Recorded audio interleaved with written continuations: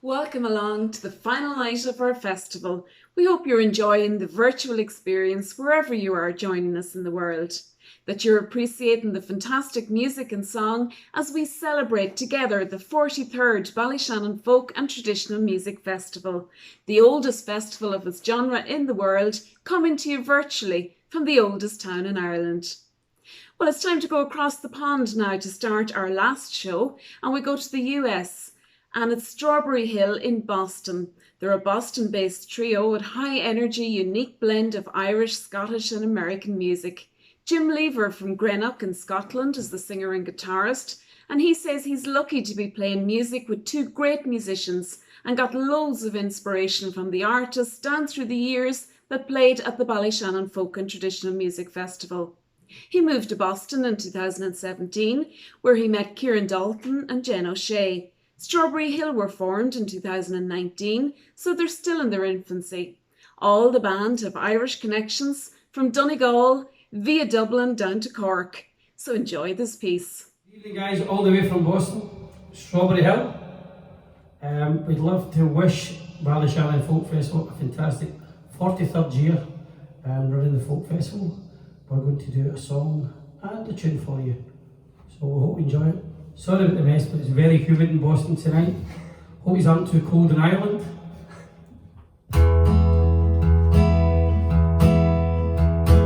18 when I came to town, they called us all to love. Burning babies, burning flags, and the hawks against the law. What to go job with the steaming way down in Cauldron Sea. Fell in love with the laundry who was working next to me. Brown hair exact across her face, and look what surprise. Fox caught in the headlights was animal in her eye. She said to me, oh can't you see, I'm not the factory kind. If you don't take me out of here, I'll surely lose my mind. And she was a rapper, fine as a bee's wing, so fine a breath the wind might blow her away. And she was a lost child, running wild, she said, so long as there's no price and love must pay, you wouldn't want me any other way.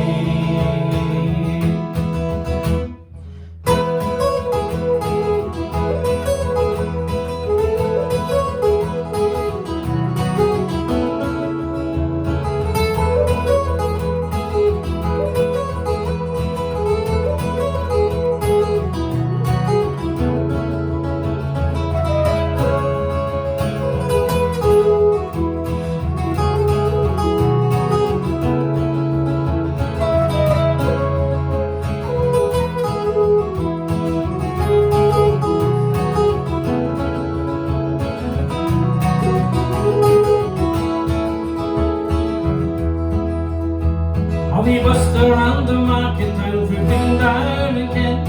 Oh, we could think of pots and pans and things wherever we went. We were camping down the girl one time, the crack was mighty good. She wouldn't wait for the harvest, I thought we should. Well, I said to her, oh, said was I, get a few acres done, burn a fire on the grass and barbies on the road. She said to me, you foolish man, that surely sounds like hell. You may be lost of half the world, but you hold me as well. She was a rapper, fine as a bee's wing, so fine a breath the wind might blow her away. And she was a lost child, running wild, she said, so long as there's no price and love will stay, you wouldn't want me any other way. We were drinking more in those days, the fever reached the pitch. Threw my head and run away when she took the ride of it. And last I hit you with little rough, back in the Derby beat. Swung away horse in her pocket, no room found on her feet. She said that she'd get married was to a man called Romany Brown, and even a gypsy caravans to watch my children down. They say her roses faded, the weather runs her blue, and maybe that's the price she paid for the change that you could do. She was a rapper, fine as a bee's wing, missing more than our words could say. If I could just taste all the whiteness, if I could hold her in my arms today, you wouldn't want to any other way.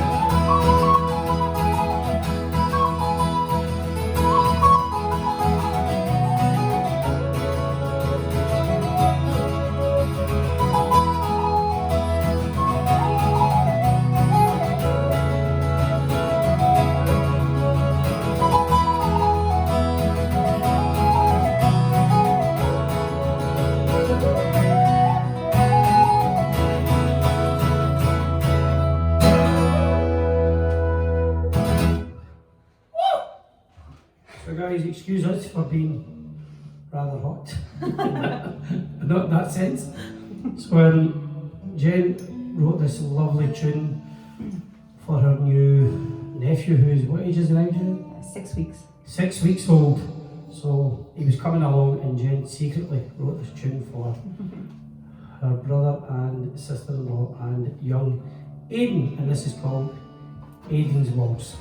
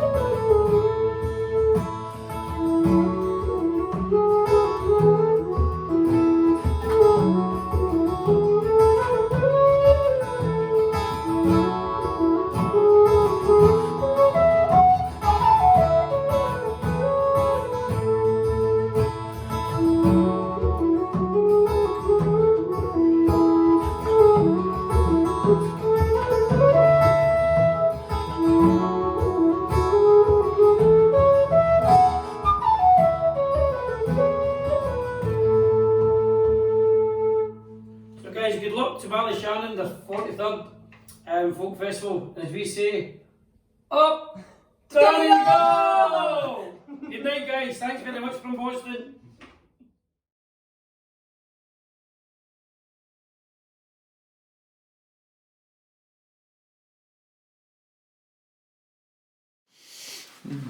Yeah, so where did you meet Ben? I would have known Ben for a long time, from I was in my early 20s, because my father's people are from Rocinver, and Ben was married in Rocinver. He married Patsy Ames, the post office in Rocinver, and we were a town elect, our family, for generations. And every Christmas I would have gone up to visit my father's cousin, Kitty Ann Murphy, around Manor Hamilton, and we would have gone over to Ben for a tune on St Stephen's night with Seamus Quinn, Gaby McArdle, Kieran Curran, Brian Lennon, and anybody else who was around. Oh wow, sounds like a magic. It was magic, absolute magic. And Patsy was like, a surrogate mother to me. She always treated me like one of the boys, like one of her own sons. And she knew my family for a long time. My family were bailiffs in the area. Right. Come back to the 1780s. The John Michael Franks, Murphys, and all the Meehans and Conleys. And through Ben I got to know a lot of the family history as well, but through the music as well too. So I had a double interest in the history and the music. So meeting Ben was a pleasure, and travelled a lot with him, and went down in County Clare with him every summer. And we were the first teachers in the Joe Mooney summer school as well too, with Noel Hill and that there. I remember Ben. Oh, wow. I recommended Ben as a fiddle teacher in that, Ben and Paddy Ryan, to the Joe Mooney school back in the day. And we played all over the country. I remember being at a Flan Clonmel with him, and Brent McGlinchey, the famous fiddle player from Armagh and All-Ireland champion, hadn't played in 13, 14 years, and Ben and myself were there, and he said, go over, and he used to call me Henry Kissinger. He says, because I could talk to people and negotiate with people. And he says, and Brent McGlinchey hadn't played in 14 years, and within about 5 minutes he was over with Ben and myself and playing all the Morris and Coleman, Kaloran tunes, which we loved, Yeah. And Ben was great because he'd always tell you stories about, many fiddle players lived in the area, and about the importance of, John Quinn, Seamus Quinn's grandfather, and the McGoverns and all from Bundoran. Yes, Francis John and McGovern, that. And a lot of the old tunes that they would have played and that. So we enjoyed playing that type of music, and the rhythm that he had was very special. And I remember being at a Leitrim Fla in Kish Carrigan, myself and Kieran Curran, and we just played those tunes, and we just played the same tunes, over. We'd play the tune over maybe 6 or 7 times, and each time there'd be a slight wee difference. Yeah. It was very subtle. Ben was a very subtle man and very subtle musician.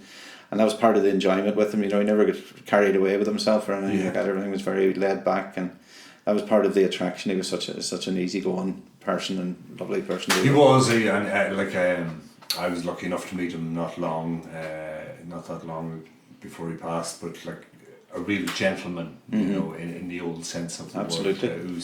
Who was like stepping back in time. It was indeed, and it was great because that's why I enjoyed it, because my father's all the aunts and uncles and that, Ben would have known of them and known stories about all the cousins and that, so it was great to get that, but also get the musical history as well too, because he knew about every tune and who played the tunes and where they came from and how they were played, and he had a great approach to the music. There was a great sort of it was a very methodical, well thought out process, that it had to be exactly at the right time, the right timing, and it gave you a chance, to breathe on the flute, which is great.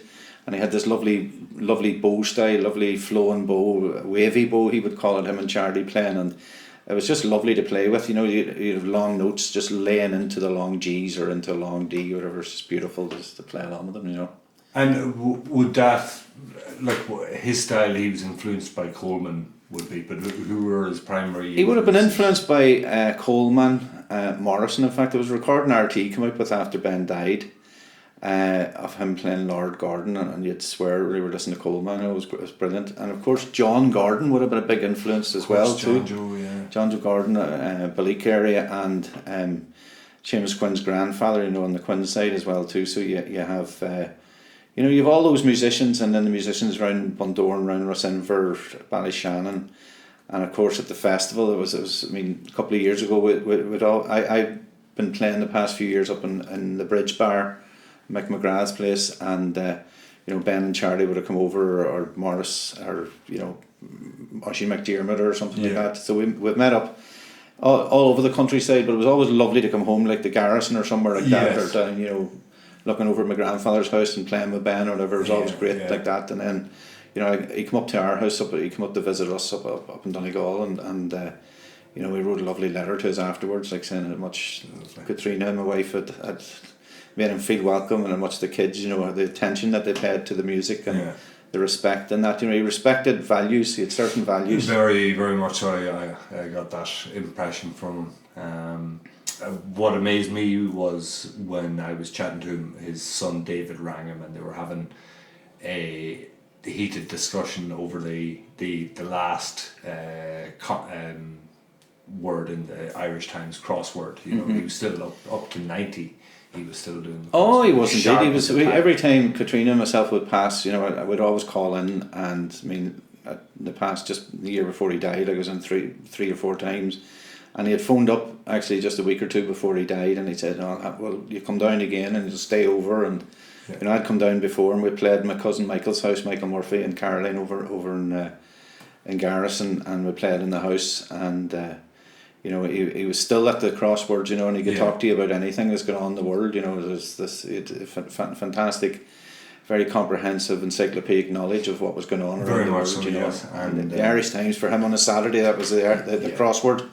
You know, and then he'd be sitting and he'd be on the phone to Charlie, or on the phone to David, or on the phone to Brian, or some of them, you know, asking what was the clue. That was the last one, And then, of course, Charlie, he composed a couple of tunes. I mean, I asked him about like some of the tunes he'd written. He said, "Oh, there was one composer in this family." You know, like he was referring to Charlie. Charlie, sort of. You know, I was lucky enough to have a few tunes with Charlie a couple of years ago. Actually, it was we'll not see the like of him again. You've a legendary as they said about the Glasgow writers. Yeah, Ben was sort of, you know, he had a lovely way with the music. He just had a lovely flowing style that was easy to fit in, to play with. Plus, he passed it on. He passed it on as well too. You know, we did several TV programmes. We did one there for RTE from Clonmel, and we did a couple for the BBC for Tony Macaulay and the BBC as well too. And he always enjoyed, you know, what he would say. You know, the music, the old type of music. You know, what they would have been playing when he was growing up. So I mean, he would have benefited from hearing that music from the 1920s.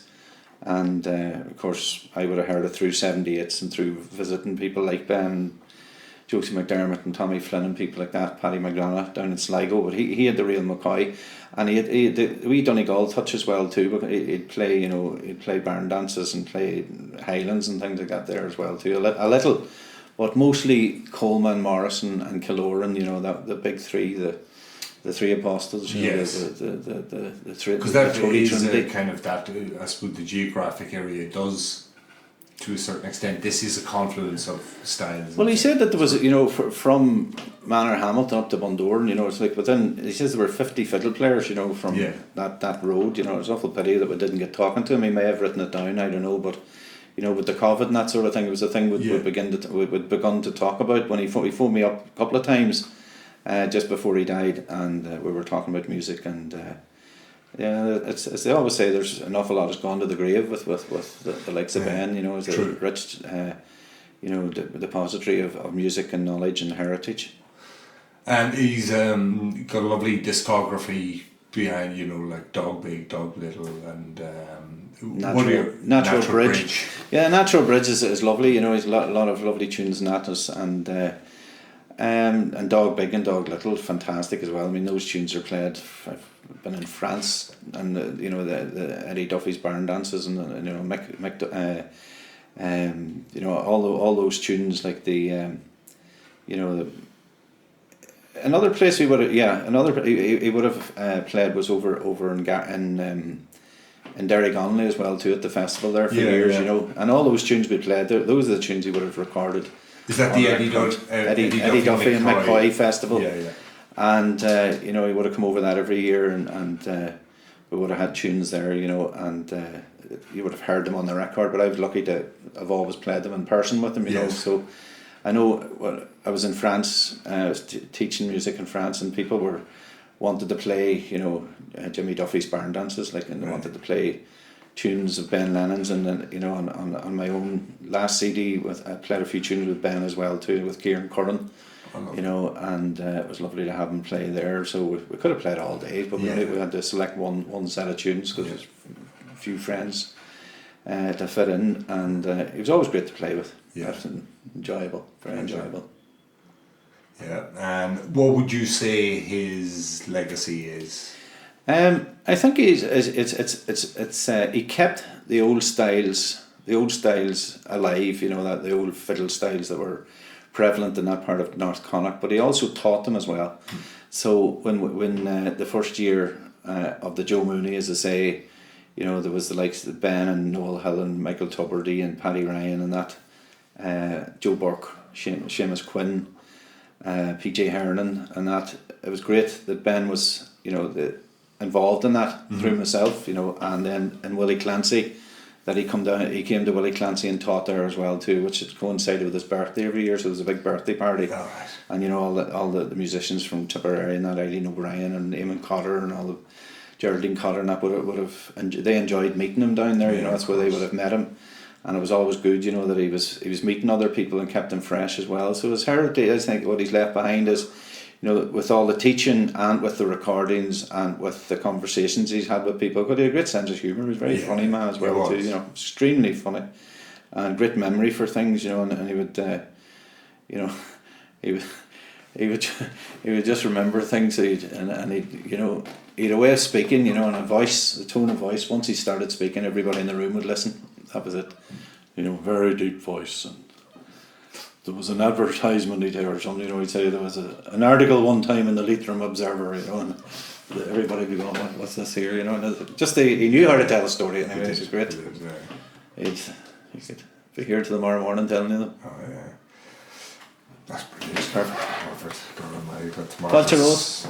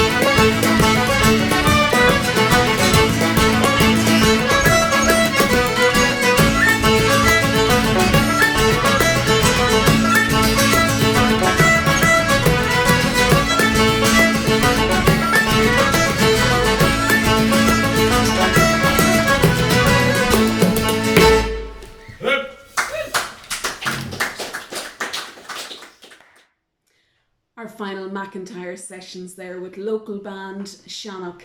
Ballyshannon Folk and Traditional Music Festival always endeavours to give a platform to foster the next generation of talent, and the future of traditional music is safe in the hands of Shannock. And I just want to take this opportunity to thank Betty and Terry McIntyre for allowing us to film over the last few weeks our McIntyre sessions in their pub in the Mall in Ballyshannon. Well, staying local now, it's time to welcome John Meehan and Jason Kelly. No strangers to the local music scene, both John and Jason perform independently and as a duo. John is a founding member of the original YB Sober band in London, which played and enjoyed much success on the Irish music scene in England in the 90s, most notably playing alongside the Pogues. Jason has fronted many bands over the years and reached Irish chart success with Georgia. Festival committee members John Meehan and Jason Kelly, this is their version of the beautiful Green Fields of France, accompanied on piano accordion by Breach Kelly. Here we go, Willie McBride.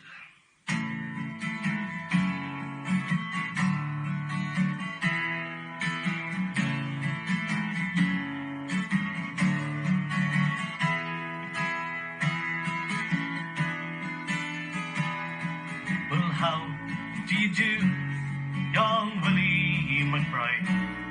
Do you mind if I sit you down by your graveside and rest for a while neath the warm summer sun?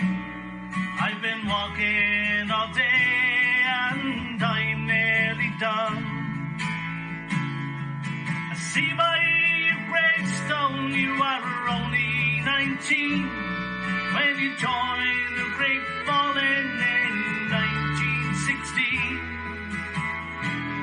Well, I hope you died well and I hope you died clean. Young Willie McBride wasn't slow and obscene. Did they beat the drum slowly? Did they play the fife lowly? Did they sound the dead march as they lowered you down? Did the band play the last post and chorus? Did the pipes play the stars of the forest?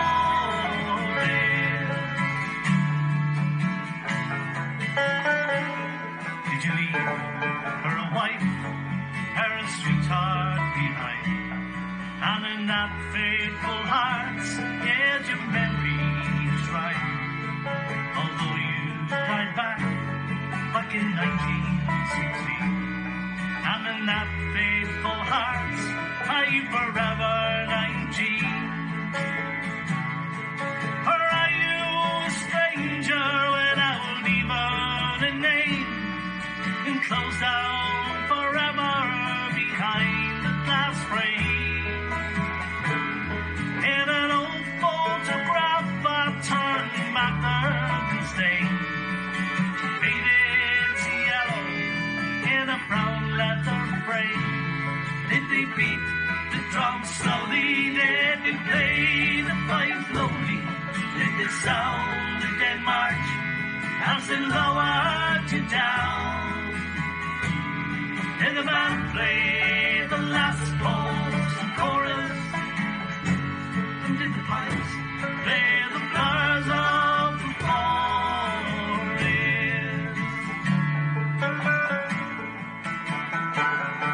The sun now it shines on the green fields of France. There's a warm summer breeze makes the red poppies dance. And look how they dance, riding under the sun. There's no gas, no barbed wire, there's no guns firing now. Here in this graveyard, it's the no man's land. The countless white crosses stand mute in the sand. A man's great indifference, his fellow man, to a whole generation, have a punctured and down. Did they beat the drum slowly? Did they play the fife lowly? Did they sound the dead march as they lowered you down. And did the band play the last pulse and chorus? The pipes play the flowers of the forest.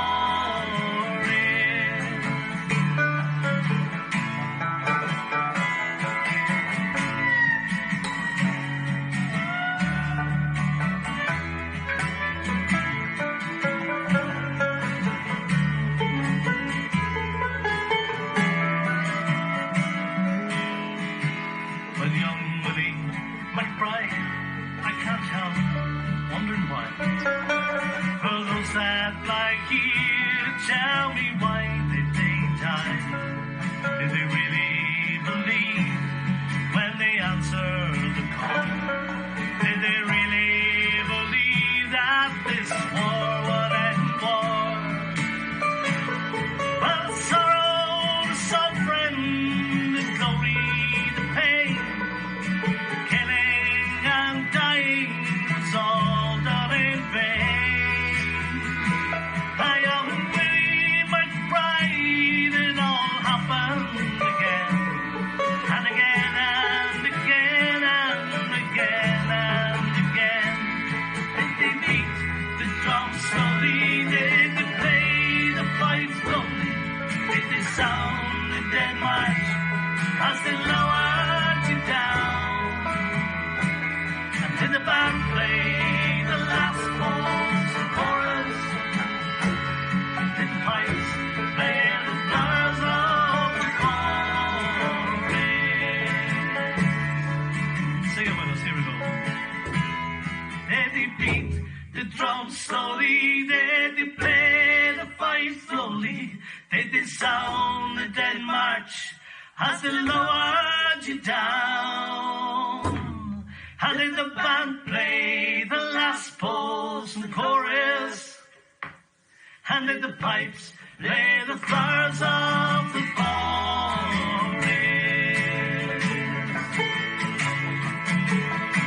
And did the pipes play the flowers of the forest?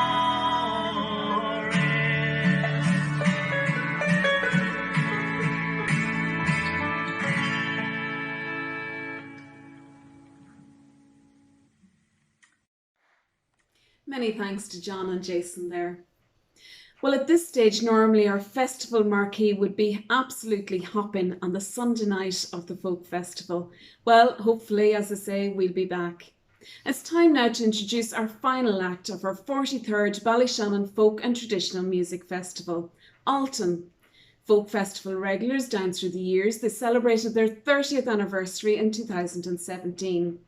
Formed in County Donegal in 1987 by lead vocalist Mairead Ní and her husband Frankie Kennedy, the group have sold over 1 million records. Frankie Kennedy died on the 19th of September 1994.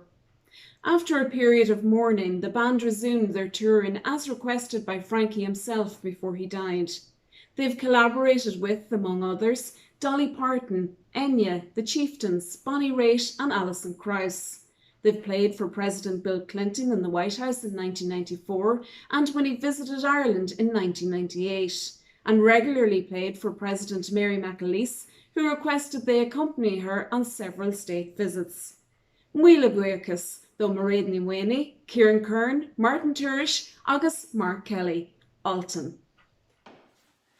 Hello, Alton here. We're sorry we can't be with Ballyshannon live this year, but here's a virtual version of Dulamon the Binyabui. Thanks a million. 1, 2, 3.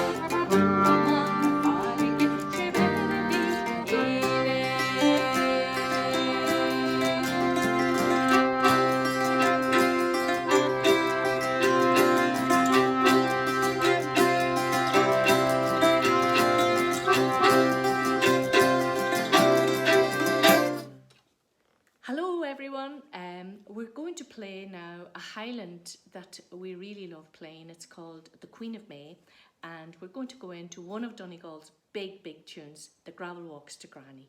Thank you very much, and we wish the Ballyshannon Folk Festival all the best this year, and we'll be back live next year, we hope. Okay, bye. So.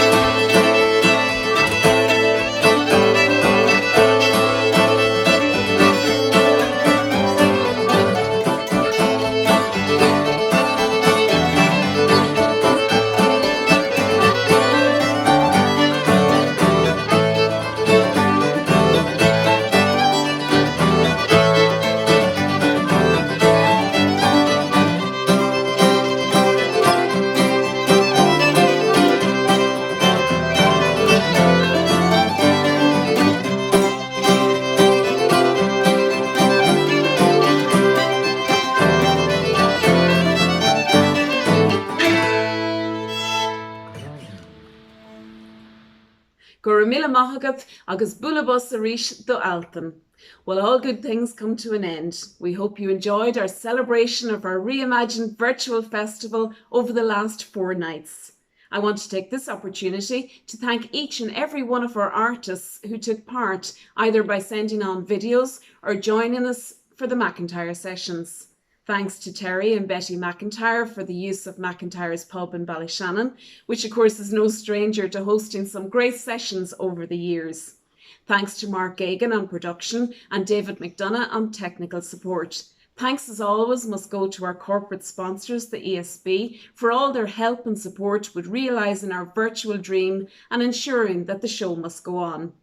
Thanks to our resident artist, Barry Britton, who each year amazes us with his talent and creates another masterpiece as our poster, and this year is no exception. We're delighted to say for the next month, all Barry's 40 festival posters will be on exhibition where music meets art in the Abbey Arts Centre in Ballyshannon. And our thanks to Donegal County Council for their support with this. So here's to next year, the 44th Ballyshannon Folk and Traditional Music Festival on the August Bank Holiday weekend, when hopefully we'll be able to welcome you all once again to our beautiful town on the banks of the Erne. Check out all our details on our social media or on www.ballyshannon.folkfestival.com, as tickets will be on sale shortly. So from me, Mary Daly, and all the Ballyshannon Folk and Traditional Music Festival family, the oldest festival of its genre in the world, coming to you from the oldest town in Ireland. Stay safe and remember to fill your heart with Ireland. Into this life we're born, and time goes by so fast in the twinkling of an eye. From the dark end of the street,